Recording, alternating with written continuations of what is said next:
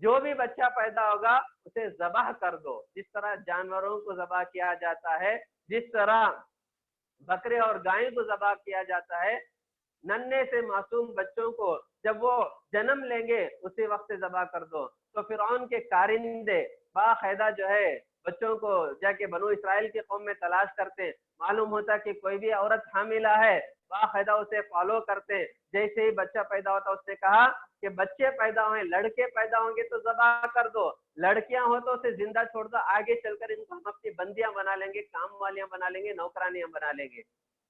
اور ایک بات ہم کو یہ جب نجومیوں کی بات آتی ہے تو ایک بات آپ کو کہنا مناسب سمجھو گا کہ فرعون نے جو اس کے پاس ایسٹرالوجر تھا، جو نجومی تھا، اس نے آ کر فرعون کو یہ بات بتائی کہ موسیٰ علیہ السلام یعنی ایک بچہ پیدا ہونے والا ہے بنو اسرائیل، اس کے ہاتھ میں تمہاری حکومت چل جائے گی۔ آج جو ہے اللہ کے نبی کی حدیث کو رکھیے، آج مسلمانوں کی حالت دیکھیے، کچھ کم علم کے مسلمان جن کے پاس علم نہیں ہے وہ لوگ کیا کرتے ہیں، ایسٹرالوجرز کے پاس جاتے ہیں، واسطو دیکھتے ہیں، واسطو شاسترم جسے کہتے ہیں وہ دیکھتے ہیں، اس کے مطابق اپنے گھر تلاش کرتے ہیں، اس کے مطابق جو ہے اپنی چیزوں کو رکھتے ہیں۔ یا کچھ مسلمان جن کے پاس کم علم ہوتا ہے وہ کیا کرتے ہیں، کاہنوں کے پاس یا جو ہے جن کے پاس جا کر ہاتھ دے کر لوگوں کے اپنی قسمت جاننے کی کوشش کرتے ہیں، یا کچھ لڑکے لڑکیاں یا نئے شادی شدہ پیر جب بیچ کو جاتے ہیں وہاں یہ سارے منظر ہم کو نظر آتے ہیں، وہاں جو ہے کچھ عورتیں رہیں کچھ مرد رہیں، وہ کیا کرتے ہیں جوشم دیکھنے کے لیے جو ہے لا کر ہاتھ دیکھنے کے لیے وہ لوگ پھرتے رہتے ہیں، طوطے کو رکھ لے کر یا جو ہے کئی بھی طرح سے جو ہے نکلتے ہیں۔ یہ تمام جن کے پاس کم علم ہوتا ہے، مسلمان ہو کر برقع پہن لے کر ٹوپی پہن لے کر ہوتے ہیں، لوگ مسلمانوں کا چہرہ ہوتا ہے، باقاعدہ ان لوگوں کے پاس اپنا ہاتھ دے دیتے ہیں اپنی قسمت جاننے کے لیے کہ بتاؤ میرے قسمت میں کیا ہے، بتاؤ آگے میرے ساتھ کیا ہوگا۔ اللہ کے نبی نے فرمایا یہ ایسٹرالوجرز کے پاس جانا، یہ فال دیکھنے والوں کے پاس جانا، یہ جو ہے نجومیوں کے پاس جانا، یہ بیچ میں بیٹھ کر لوگوں کے سامنے اپنے ہاتھوں کو بتا کر قسمت جاننے کی کوشش کرنا، علم غیب کی علم حاصل کرنے کی کوشش کرنا، یہ سب اسلام میں حرام ہے۔ یہ تمام چیزیں اسلام میں حرام ہے۔ اللہ کے نبی نے بڑی سخت جو ہے تاکید کرتے ہوئے کہا، بڑا سخت جملہ بھی اللہ کے نبی نے کہا کہ جو کوئی انسان اپنے آگے کی زندگی کے بارے میں جاننے کے خاطر کسی فال دیکھنے والے کے سامنے کسی کوئی بھی جو بھی آدمی ہوتا ہے، نجومی ہوتا ہے، جو بھی شاسترم دیکھنے والا ہوتا ہے، اس کے پاس جا کر آپ ہاتھ دے دیں گے، اللہ کے نبی نے فرمایا خالی ہاتھ دینے کی گناہ کی وجہ سے اللہ تعالیٰ تمہارے 40 دن کی نماز کو قبول نہیں کرے گا۔ اللہ حفاظت کرے، 40 دن کی نمازوں کو اللہ تعالیٰ قبول نہیں کرے گا جو لوگ جا کر شاسترم دیکھنے والوں کے پاس نجومیوں کے سامنے ہاتھ پھیلا دیتے ہیں۔ پھر اللہ کے نبی نے فرمایا اگر کوئی آدمی ان لوگوں کے پاس جا کر ان کی بات سن کر ان کی بات پر یقین کر لیتا ہے، ان کی بات کو مان لیتا ہے، تو اللہ کے نبی نے فرمایا کہ وہ کافر ہو گیا، اسے کلمہ پڑھنا پڑے گا۔ اللہ حفاظت کرے، کتنی بری چیز ہے دیکھیے، لیکن ہمارے کم علم رکھنے والے لوگ جو ہے تمام تماشے کرتے ہیں۔ اللہ تعالیٰ ہم تمام مسلمانوں کو حفاظت کرے، ہمیشہ دعا کرتے رہیے جب تک اللہ زندہ رکھے، اسلام پر قائم رکھے، اسلام کے احکامات پر عمل کرنے کے اللہ تعالیٰ ہمیں توفیق عطا فرمائے، اللہ اور اللہ کے نبی کے شریعت کو فالو کرنے کا اللہ تعالیٰ ہمارے لیے آسانیاں فراہم کرے، توفیق دے۔ موت آئے تو کلمے کی حالت میں موت آنا، سوچ کر دیکھو ہاتھ دکھانے کے بعد 40 دن تک اگر نماز قبول نہیں ہوتی ہے، ان 40 دنوں کے درمیان ہم کو اگر موت آ جاتی ہے تو ہماری موت کس حالت میں ہماری موت آئے گی، سوچ کر دیکھیے۔ یہ تمام چیزیں جو ہے لوگوں کو احتیاط کرنا چاہیے، جو ہے تمام چیزیں عالم الغیب وعندہ مفاتیح الغیب لا یعلمها الا هو، علم غیب اللہ کے پاس ہے، اللہ تبارک و تعالی علم غیب کی ساری کنجیاں اللہ تعالیٰ کے پاس ہے، لوگوں کے پاس نہیں۔ کل میرے ساتھ کیا ہوگا، اگلے ہفتے کیا ہوگا، اگلے سال کیا ہوگا، اللہ بہتر جانتا ہے۔ ہاں اللہ کے نبی نے یہ بتا دیا کہ تم دعائیں زیادہ کرو، کیونکہ دعا ایک ایسی چیز ہے جو اللہ تعالیٰ جو ہے انسان کی قسمت کو بدل دینے والی چیز ہے، انسان کی تقدیر کو جو ہے بدلنے والی چیز ہے، تو دعائیں کرنا چاہیے، دعاؤں میں اللہ تعالیٰ نے پاور دیا ہے۔ اس کے علاوہ یہ تماشے، یہ جاہلانہ کام کبھی نہیں کرنا چاہیے۔ تو جو ہے فرعون کو جب معلوم ہوا تو فرعون نے حکم دے دیا کہ تمام بچوں کو ذبح کر دو، بچیوں کو چھوڑ دو۔ اب ادھر کیا ہوا، برابر موسیٰ علیہ السلام کی والدہ حاملہ تھی، بچہ بھی جو ہے پیدا ہو گیا، حضرت موسیٰ علیہ السلام کی والدہ کو دل میں بڑی گھبراہٹ ہو رہی تھی، بڑے پریشان تھے اندر اندر کہ جو ہے اگر معلوم ہوگا فرعون کو اور اس کے کارندے کو تو میرے بچے کا کیا ہوگا، یہ سوچ کر بڑی پریشان تھی۔ تو اللہ تبارک و تعالیٰ نے ایک ہی آیت میں حضرت موسیٰ کی والدہ کو 6 باتوں کا حکم دیا، 6 باتوں کا۔ اللہ تعالیٰ کہتا ہے وَأَوْحَيْنَا إِلَىٰ أُمِّ مُوسَىٰ، اللہ تبارک و تعالیٰ نے موسیٰ علیہ السلام کی والدہ کے دل میں بات ڈالا۔ اللہ تبارک و تعالیٰ حضرت موسیٰ علیہ السلام کی والدہ کے دل میں یہ بات ڈالا، اللہ تخافی ان ارضعیہ، پہلا کہا اللہ تعالیٰ نے کہ بچے کو دودھ پلاتی رہو۔ اللہ نے کہا کہ تم باقاعدہ اپنے گھر میں اپنے بچے کو دودھ پلاتی رہو، ولا تخافی، اللہ تعالیٰ نے کہا کہ ڈرنے کی ضرورت نہیں ہے۔ پھر اللہ نے کہا ولا تحزنی، غمگین ہونے کی ضرورت نہیں ہے۔ فَإِذَا خِفْتِ عَلَيْهِ، اگر تمہیں ڈر ہے کہ فرعون اور اس کے کارندے آ کر تمہارے بچے کو پکڑ لیں گے تو اس کو جو ہے فَإِذَا خِفْتِ عَلَيْهِ فَأَلْقِهِ فِي الْيَمِّ، اللہ تعالیٰ کہتا ہے ایک ہی آیت میں 6 باتوں کا حکم، دودھ پلاتے رہو، ڈرو نہیں، غم زدہ ہونے کی ضرورت نہیں۔ جب تمہیں ڈر لگے کہ آ کر کارندے آ کے پکڑ لیں گے اس وقت اس بچے کو اٹھا کر دریا میں ڈال دو، صندوق میں رکھ کر بچے کو دریا میں ڈال دو۔ پھر کہتا ہے اِنَّا رَادُّهُ إِلَيْكَ، میں جو ہے اس بچے کو واپس لوٹاؤں گا۔ اللہ تعالیٰ جو ہے حضرت موسیٰ کی والدہ کے دل میں یہ بات ڈالتا ہے کہ ہم اس بچے کو واپس لوٹائیں گے۔ وَجَاعِلُوهُ مِنَ الْمُرْسَلِينَ، اتنا ہی نہیں، آگے چل کر اس بچے کو اونچا مقام، نبوت کا مقام دینے والے۔ تو حضرت موسیٰ کی والدہ جب گھبرا رہی تھی تو اللہ تعالیٰ نے موسیٰ علیہ السلام کی والدہ میں 6 باتیں ڈالی۔ تو باقاعدہ جو ہے بچہ ماں کے پاس ہی تھا، لیکن جب حضرت موسیٰ کی والدہ کو خدشہ ہوا کہ فرعون کے کارندے آ کے بچے کو اٹھا لیں گے تو انہوں نے ایک صندوق تیار کیا، صندوق میں حضرت موسیٰ کو رکھ دیا اور دریا میں بہا دیا۔ اور حضرت موسیٰ کی جو بہن تھی جو تھوڑا اچھا سمجھ رکھ رہی تھی، جو اچھا جو ہے سمجھدار تھی، تھوڑی بڑی ہو گئی تھی، تو حضرت موسیٰ کی ماں نے ان کی بہن سے کہا، موسیٰ کی بہن سے، کہ صندوق کا پیچھا کرتے جاؤ، کیونکہ سمندر میں ڈال دیے، ندی میں ڈال دیے تو یہ جہاں جاتا ہے اسے پیچھے پیچھے پیچھے جاؤ، دیکھو صندوق کہاں جاتا ہے، کس کے ہاتھ لگتا ہے، دیکھ لو۔ تو حضرت یہ تمام واقعہ اللہ نے سورہ قصص میں بیان کیا۔ موسیٰ علیہ السلام کی بہن جو ہے اس صندوق کا پیچھا کرتے جا رہی تھی، لیکن اللہ تعالیٰ کی مرضی بھی دیکھیے، انسان کوئی سوچتا ہے، اللہ تعالیٰ کچھ اور کرتا ہے۔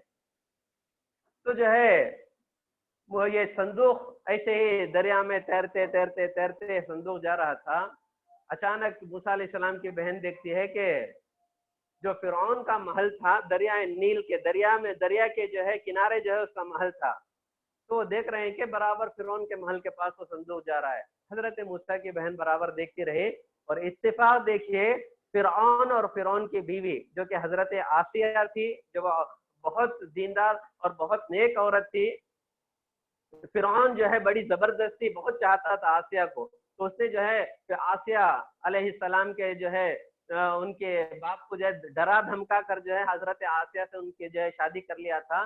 تو جو ہے بہت چاہتا تھا، یہ دونوں جو ہے بیچ کے پاس کنارے بیٹھے ہوئے تھے، برابر یہ صندوق وہاں سے گزرتا ہے۔ تو جو ہے جب وہ صندوق اٹھا کے کارندے کو بلا کر صندوق اٹھا کر جب صندوق کھولا گیا تو بچہ ہنس رہا تھا، بڑا پیارا خوبصورت بچہ تھا، کیونکہ نبی بھی ہونا تھا تو اللہ تعالیٰ بڑی خوبصورتی دیا تھا۔ تو جو ہے اور اتفاق یہ بھی کہیے کہ فرعون کو کوئی اولاد نہیں تھی، فرعون کو کوئی اولاد نہیں تھی، اور یہ فرعون سمجھ بھی گیا کہ بنو اسرائیل کا ہی بچہ ہے، لیکن چونکہ وہ بیوی کو بہت چاہتا تھا، اور بیوی آگے چل کر موسیٰ علیہ السلام کی بڑی مدد کرتی ہیں، جو موسیٰ علیہ السلام کی ماں بنتی ہیں، آگے چل کر بڑی مدد کرتی ہیں۔ اللہ نے حضرت موسیٰ کی جو فرعون کی بیوی تھی حضرت آسیہ کی قرآن میں مثال دیا عورتوں کے لیے حضرت مریم کی مثال ہے، حضرت آسیہ کی مثال ہے۔ تو اللہ تبارک و تعالیٰ نے حضرت آسیہ کے بارے میں بڑی قرآن میں تعریف کیا۔ تو یہ جو ہے فرعون سے کہتی ہے کہ دیکھو ہم کو اولاد بھی نہیں ہے اور مجھے اولاد کی بڑی خواہش ہے، اور اتنا پیارا بچہ ہمارے دہلیز میں خود بخود آیا ہے، تو ہم اس بچے کو قتل مت کرو، اس بچے کو ہم اپنے پاس رکھ لیں گے، آگے چل کر اس بچے کو اپنی اولاد بنا لیں گے۔ فرعون شروع میں اس بات کو نہیں مانا، لیکن چونکہ بیوی کا اصرار تھا اس نے جو ہے مان لیا، اور بچے کو لے جا کر دربار میں اللہ تعالیٰ کیسا پہنچاتا ہے دیکھیے، فرعون کی ماں سے لے کر فرعون جو ہے حضرت موسیٰ کی ماں سے لے کر فرعون کے دربار میں حضرت موسیٰ کو پہنچا دیا۔ کچھ دیر کیا گزرتا ہے اور وہاں دربار میں برابر جو ہے موسیٰ علیہ السلام کی بہن بھی پہنچ گئی. کچھ دیر کیا گزرتا ہے, ہوا کیا, بچے کو بھوک شروع ہو گئی, دودھ پینے والا بچہ تھا, بھوک شروع ہو گئی, بہت پریشان, سارے درباری پریشان, فرعون پریشان, حضرت آسیہ پریشان. کیوں؟ بچہ دودھ پینے کے لیے تیار نہیں.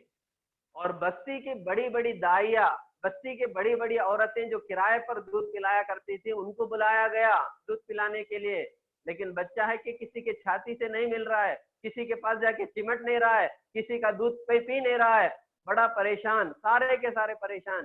اتنے میں موسیٰ علیہ السلام کی بہن آگے بڑھ کر کہتی ہے, دیکھو مجھے ایک عورت معلوم ہے, بڑی شریف عورت ہے, بڑی پاک باز عورت ہے, اور وہ عورت ایسی ہے کہ ہر بچہ اس سے چمٹ جاتا ہے, دودھ پی لیتا ہے. جب فرعون کو یہ خبر ملتی ہے تو فرعون نے کہا فوراً اس عورت کو لے کے آؤ. حضرت موسیٰ کی بہن جاتی ہیں, حضرت موسیٰ کی ماں کو لے کر آتی ہیں, ماں کو لایا جاتا ہے. جیسے ہی فرعون کے دربار میں موسیٰ علیہ السلام کی ماں آتی ہے اور بچے کو اپنے ہاتھ میں لیتی ہے, ماں کی ممتا ہے, خود بخود بچہ جو ہے ماں کی چھاتی سے چمٹ جاتا ہے, دودھ پینے لگ جاتا ہے, دودھ پینے لگ جاتا ہے. تو اس کے بعد فرعون بھی خوش ہوئے, درباری بھی خوش ہو گئے, فرعون بھی خوش ہو گئے. فرعون نے کہا کہ اس عورت کو یہیں پر رکھ لو, جو منہ مانگے رقم, جو بھی وہ پیسے مانگے گی ہم دے دیں گے, جو بھی ہیرے جواہرات مانگے گی ہم دے دیں گے. لیکن موسیٰ علیہ السلام کی ماں نے کہا کہ میں نہیں رہ سکتی, کیونکہ میرا شوہر ہے, میرے دوسرے بچے بھی ہیں, میں اپنے گھر میں رہنا پسند کرتی ہوں. تو فرعون کہتا ہے کہ ٹھیک ہے, اس بچے کو تم اپنے گھر میں لے جاؤ, اپنے گھر میں اس بچے کو پالو, اور بادشاہ کے خزانے سے, شاہی خزانے سے بچے کو دودھ پلانے کا اجرت بھی ملے گا. اس بات پر غور کر کے دیکھیے اللہ تبارک و تعالیٰ کتنی قدرت والا ہے, کتنا حکمت والا ہے. جس موسیٰ علیہ السلام کو گود میں لے کر ماں پریشان تھی, اللہ نے وعدہ کیا اس بچے کو واپس ہم لوٹائیں گے. اللہ تعالیٰ کیسے لوٹاتا ہے؟ بچہ بھی سلامتی کے ساتھ آتا ہے, اور ساتھ ہی ساتھ بچے کے دودھ پلانے کی اجرت شاہی خزانے سے پیسوں کا بھی انتظام ہو گیا. یہ ہے نبیوں کی خوبیاں.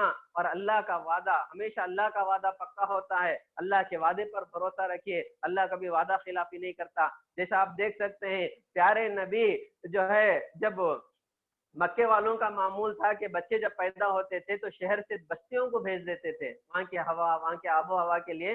دائیا, کرائے پہ دودھ پلانے والی مائیں آتی تھی, بچوں کو لے جا کر اپنے خریوں میں جو ہے, زبان بھی وہاں کی اچھی ہوتی تھی, اور جو ہے ماحول بھی اچھا ہوتا تھا, اور موسم کے لحاظ سے بھی بہتر ہوتا تھا, اس لیے دیا جاتا تھا.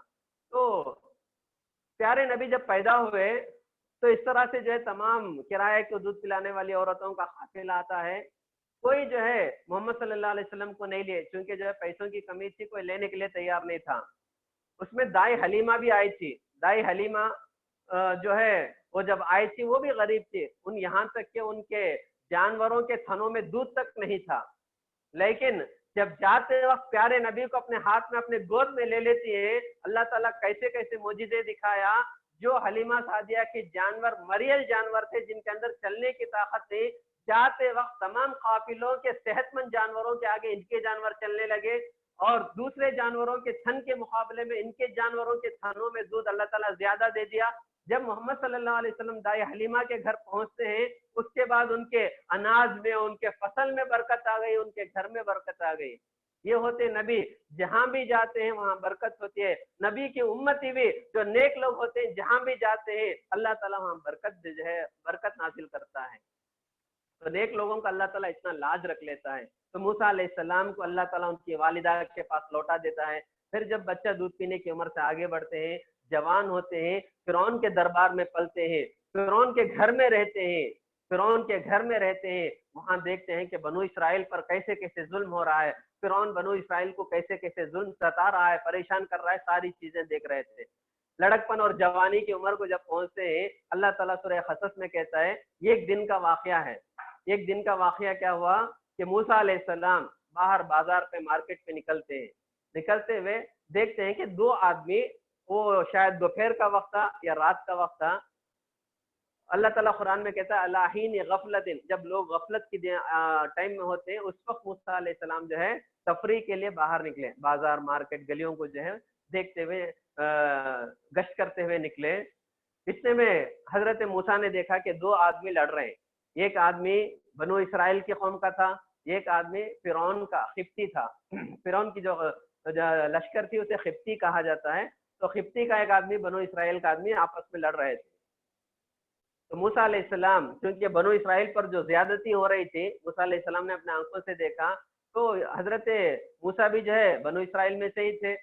تو موسیٰ علیہ السلام آگے بڑھتے ہیں، بڑھ کے بنو اسرائیل کا سپورٹ کرتے ہیں، اور جو فرعون کا آدمی تھا ایسے بات میں ایک مکہ مار دیتے، ایک گھوسا مار دیتے.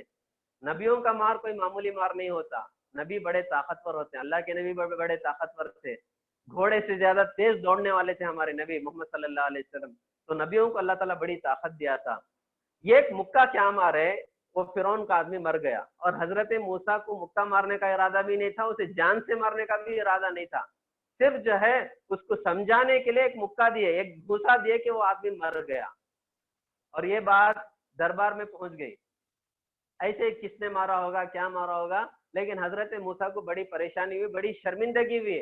حضرت موسیٰ نے اللہ سے معافی بھی مانگا، اے اللہ تو بہتر جانتا ہے میری نیت، اسے جان سے مارنے کی، قتل کرنے کی میری نیت نہیں تھی، میں نے مارا اس کو سمجھانے کے لیے، وہ مر گیا، اے اللہ میں معافی مانگتا ہوں. اللہ قرآن میں کہتا ہے کہ ہم نے موسیٰ کی توبہ بھی قبول کر لیا اور موسیٰ کی نیت بھی ہم جانتے تھے. تو ہوا کیا، پھر جب دوسرے دن یہی وقت میں حضرت موسیٰ باہر نکلتے ہیں، پھر جو بنو اسرائیل کا آدمی جو کل آدمی دوسرے آدمی سے فرعون کے آدمی سے لڑ رہا تھا، آج وہی آدمی فرعون کے دوسرے آدمی کے پاس لڑ رہا تھا. حضرت موسیٰ نے کہا اپنے قوم کے آدمی سے، بنو اسرائیل کے آدمی سے کہا، لگتا ہے تو ہی فسادی آدمی ہے، تو ہی فتنہ کرنے والا ہے، تیری وجہ سے جو ہے کل ایسا ہو گیا. یہ ڈانٹ کر حضرت موسیٰ نے اپنے آدمی کو ڈانٹ کر پھر اپنے آدمی کو سپورٹ کرنے کے لیے آگے بڑھے. لیکن بنو اسرائیل کا شریر آدمی جو ہے سمجھ گیا کہ موسیٰ آج جو ہے مجھے مارنے کے لیے آ رہے. حالانکہ موسیٰ علیہ السلام جو ہے فرعون کے آدمی کو سمجھانے کے لیے جا رہے تھے، اپنے آدمی کو بچانے کے لیے، لیکن اپنے آدمی کی بری حرکت پر اس کو ڈانٹتے ہوئے گئے. تو بنو اسرائیل کا وہ آدمی سمجھ گیا کہ موسیٰ ان کے پاس آ رہے ہیں. وہ ڈر کے کیا کہہ دیا، موسیٰ جس طرح تم فرعون کے آدمی کو مارے، آج مجھے بھی ایسا قتل نہیں کرنا. یہ بڑی شریر قوم تھی بنو اسرائیل. اور یہ بات جو ہے فرعون کا جو آدمی تھا وہ سن لیا، سن کے کسی طرح سے ہاتھ چھڑا کر بھاگ گیا، بھاگ کے فرعون کے دربار میں جا کے بول دیا، کل ہمارے آدمی کو جس نے مارا تھا وہ کوئی اور نہیں، وہ آپ کا بیٹا جو آپ گھر میں پال رہے ہیں، وہ بیٹا جو ہے یعنی موسیٰ نے جو ہے اپنے ہمارے آدمی کو جان سے مارا ہے. جیسے ہی یہ بات معلوم ہوئی، فرعون جو ہے موقع کی طاق میں تھا، کیونکہ بیوی کی وجہ سے وہ مجبور تھا موسیٰ علیہ السلام کو اپنے گھر میں رکھا تھا، اسے ایک موقع مل گیا. تو دربار میں فرعون کے دربار میں موسیٰ علیہ السلام کے قتل کے مشورے شروع ہو گئے، موسیٰ علیہ السلام کو ختم کر دیں گے، اس طرح سے جو مشورہ شروع ہو گئے. اب فرعون کے دربار میں ایک آدمی تھا جو آگے چل کر موسیٰ علیہ السلام پر ایمان بھی لاتا ہے، جسے قرآن نے رجل مومن کہا، اور اس کے نام پر ایک سورت بھی آ گئی، سورۃ المؤمن. سورہ زمر کے بعد آئے گی سورہ مومن. تو اللہ تعالیٰ نے اس کے نام سے ایک سورت جو ہے اللہ تعالیٰ نے قرآن میں اتار دیا، جو آگے چل کر مسلمان ہوا. موسیٰ علیہ السلام کو بہت پسند کرتا تھا، ان کے اخلاق، ان کے عادتوں کو. وہ جو ہے فرعون کے دربار سے دوڑ کر آیا، آ کر کہا، اے موسیٰ، میں تمہارا خیر خواہ ہوں، تمہارے لیے بھلائی چاہتا ہوں. فرعون اور اس کے درباری، فرعون کے دربار میں تیرے قتل کے مشورے ہو رہے، تو جو ہے واپس دربار کو نہ کسی طرح سے بستی سے باہر چلا جا. تو موسیٰ علیہ السلام اللہ تعالیٰ سے معافی مانگتے ہیں، اللہ تعالیٰ سے راستہ مانگتے ہیں، مانگتے ہوئے مصر سے باہر نکل گئے.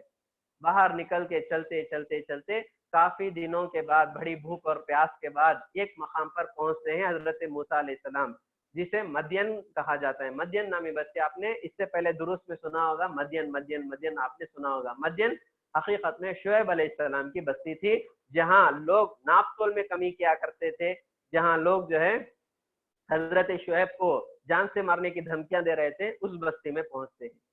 اس بستی پر ایک کنواں تھا، کنویں کے پاس جا کر بیٹھ گئے. کچھ دیر بیٹھتے ہیں، اتنے میں ہوا کیا، موسیٰ علیہ السلام نے دیکھا کہ بہت سارے بستی کے چرواہے جو بکریوں کو چرا رہے تھے، جانوروں کو چرا رہے تھے، بکریوں کے چرواہے آ کر اپنے جانوروں کو، اپنے بکریوں کو، اپنے اونٹوں کو پانی اس کنویں سے پلا رہے تھے. ایک عجیب منظر حضرت موسیٰ نے دیکھا کہ دو لڑکیاں ہیں، اپنے بکریوں کو لے کر کنارے کھڑی ہوئی ہیں، بہت دیر سے کھڑی ہوئی ہیں، وہ جا کر اپنے بکریوں کو پانی نہیں پلاتی. موسیٰ علیہ السلام اٹھ کر آئے، آ کر انہوں نے ان دونوں بچیوں سے، ان دونوں لڑکیوں سے پوچھتے ہیں کیا بات ہے، میں دیکھ رہا ہوں کہ سارے لوگ پانی پلا رہے ہیں، تم لوگ اپنے جانوروں کو نہیں پلاتے؟ تو انہوں نے کہا کہ ہمارے باپ بوڑھے ہیں، وہ جو ہے بکریوں کو پانی پلانے کے لیے یہاں تک نہیں آتے، اب رہا ہم لوگ ہیں، چونکہ تمام لوگ مرد ہیں، ہم جو ہے ان کے درمیان میں گھس نہیں سکتے، اس لیے جو ہے سارے مرد اپنے جانوروں کو پانی پلانے کے بعد، وہ چلے جانے کے بعد ہم لوگ اپنی جانوروں کو پانی پلاتے ہیں۔ تو موسیٰ علیہ السلام چونکہ بڑے بہادر تھے، ان کا ایک مکہ سے ایک آدمی مر گیا، تو بڑے بہادر تھے، موسیٰ علیہ السلام کیا کرتے ہیں، اکیلے آدمی کنویں کے پاس ایک پتھر جو کنویں کو بند کیا ہوا تھا، جہاں سے جو ہے پانی پینے کے لیے بڑا مشکلات تھے، تو حضرت موسیٰ اکیلے آدمی جو ہے اس چٹان کو ہٹا دیتے ہیں، ہٹا کر راستہ بناتے ہیں، بنا کر ان دو لڑکیوں کے جانوروں کو پانی پلا کر لڑکیوں کے حوالے کر دیتے ہیں۔ اب یہ دونوں لڑکیاں اپنے جانوروں کو لے کر گھر پہنچتی ہیں، باپ حضرت شعیب علیہ السلام، مفسرین کہتے ہیں کہ شعیب علیہ السلام تھے، تو انہوں نے پوچھا بیٹیاں کیا بات ہے، خلاف معمول تم آج لوگ جلدی آ گئے؟ تو وہ بیٹیوں نے جو ہے تمام واقعہ بیان کیا، تو شعیب علیہ السلام نے کہا کہ ایک بیٹی سے کہا کہ جاؤ اس مہمان کو، اس اجنبی کو لے کر آؤ، کیونکہ اس نے ہماری اتنی بڑی مدد کی ہے تو ہم اس کو کچھ اجر دینا چاہیے، اس کو کچھ تحفے اور تحائف انعام دینا چاہیے۔ تو اللہ تعالیٰ قرآن میں کہتا ہے ان میں سے ایک لڑکی، ان میں سے شعیب علیہ السلام کی ایک بیٹی شرماتے ہوئے، الاستحیاء کا لفظ استعمال کرتا ہے قرآن، شرماتے ہوئے موسیٰ علیہ السلام کے پاس آتی ہے، موسیٰ علیہ السلام کو کہتے ہیں کہ ہمارے ابا جان تمہیں بلا رہے ہیں، جو تم نے ہمارے ساتھ مدد کی، ہمارا ساتھ دیا، اس کے لیے اجر کے طور پر، تحفے کے طور پر کچھ دینے کے لیے بلاتے ہیں، کیونکہ موسیٰ علیہ السلام بھی بھوکے پیاسے تھے اور اللہ تعالیٰ سے دعا کیے تھے، ربی انزلنی منزلا مبارک وانت خیر المنزلین، اے اللہ میرا کوئی سہارا نہیں ہے، تیرے سوا میرا کوئی سہارا نہیں ہے، اے اللہ تیرے سوا مجھے کوئی پناہ دینے والا نہیں ہے، میرے لیے کوئی رہنے کی جگہ، کھانے کی جگہ کا انتظام کر، اللہ تعالیٰ سے دعا کرتے ہیں۔ تو اللہ تبارک و تعالیٰ نے موسیٰ علیہ السلام کو شعیب علیہ السلام کے گھر پہنچا دیا۔ موسیٰ علیہ السلام جب شعیب علیہ السلام کے گھر پہنچتے ہیں تو شعیب علیہ السلام نے سارا واقعہ پوچھا، موسیٰ علیہ السلام نے سارا واقعہ بیان کیا، تو شعیب علیہ السلام نے تسلی دی کہ ڈرنے کی کوئی ضرورت نہیں ہے، نجوت من القوم الظالمین، اللہ تعالیٰ نے تمہیں ظالموں سے بچا لیا، ظالموں سے بچا لیا۔ اب موسیٰ علیہ السلام جو ہے شعیب علیہ السلام کے گھر رہنے لگے، اتنے میں ان میں سے ایک بیٹی نے حضرت شعیب علیہ السلام سے کہا دیکھو ہم ایسا کریں گے کہ جو اجنبی آدمی ہے اسے اجرت پر رکھ لیں گے، نوکری پر رکھ لیں گے، جاب دے دیں گے، کیونکہ جو بھی آدمی نوکری پر ہم رکھیں گے طاقتور بھی ہونا ہے، امانت دار بھی ہونا ہے، اور ہم نے دیکھا کہ موسیٰ علیہ السلام بڑے طاقتور بھی ہیں، بڑے امانت دار بھی ہیں۔